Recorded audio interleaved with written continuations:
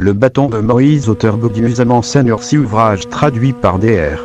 M. Karadab. Dans ce siècle étrange, les gens de foi, les gens de science et les professeurs d'établissements scolaires ont fortement besoin du bâton de Moïse. Les récitants et les connaisseurs de religion ont fortement besoin du livre intitulé Zulfikar. Oui, par exemple, dans le traité des miracles du Coran, aux mêmes endroits où la plupart des versets ont été sujets aux doutes et aux objections. Alors, des rayons miraculeux et de belles subtilités du Coran ont été prouvés. Au nom de tous les disciples de Rizal-i Nur Senursi, mes chers et loyaux frères, puisque la publication de Rizal-i Nur est généralisée par la machine à dupliquer et puisque beaucoup d'élèves, d'étudiants et les professeurs qui étudient la philosophie et les sciences modernes s'attachent à Rizal-i Nur, il faudrait certainement expliquer une vérité. La voici. Quant à la philosophie que Rizal-i Nur soufflette, avec force et l'attaque, ce n'est pas absolu, cela concerne sa partie nuisible. Parce que, la philosophie ou la sagesse qui sert la vie sociale de l'homme, la morale, les qualités humaines, les progrès et l'industrie est réconciliée avec le Coran. Plutôt, elle sert la sagesse du Coran, elle ne peut s'opposer à lui. Rizal-i Nur ne critique pas cette partie de la philosophie. En ce qui concerne la seconde partie de la philosophie, étant donné que, non seulement elle cause l'égarement, l'athéisme et le marais de la nature, mais encore elle produit la débauche, la turpitude, l'insouciance, l'égarement et qu'elle s'oppose aux vérités du Coran, avec des choses extraordinaires à elle, aussi influentes que la magie, dans la plupart de ses fascicules, Rizal-i Nur, qui contient des comparaisons, des preuves de paraboles solides, affronte cette partie de la philosophie et la soufflette. Elle n'attaque pas la philosophie bénéfique et de bon sens. C'est la raison pour laquelle il n'y a ni hésitation, ni objection à répondre que les élèves, les étudiants d'établissements scolaires, séculaires embrassent Rizal-i Nur et peuvent, certes, l'embrasser.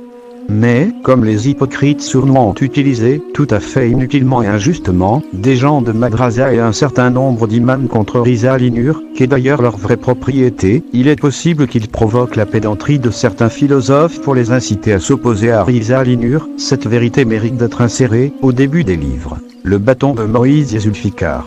Senursi, le 28e éclair et le 8e rayon prouvent entièrement que Imam Ali, que Dieu l'agrée, donne, dans son livre Jaljalipiyya, des informations sur Rizal-i Nur, fortement et presque explicitement, avec les mêmes numéros cités ci-dessus, et Imam Ali, que Dieu l'agrée, parle du dernier traité de Rizal-i Nur, avec la phrase dans son Jaljalipiyya.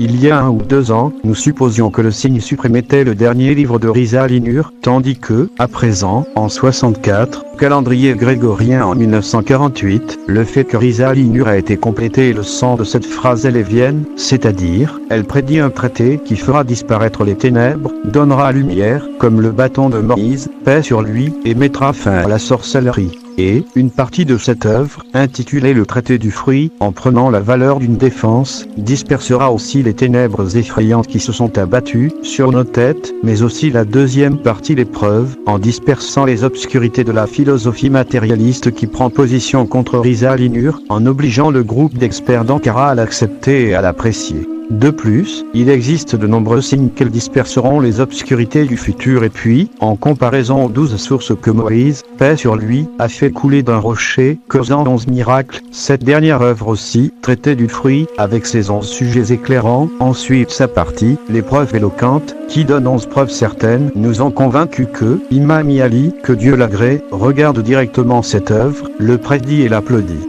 Senursi, le bâton de Moïse, 3.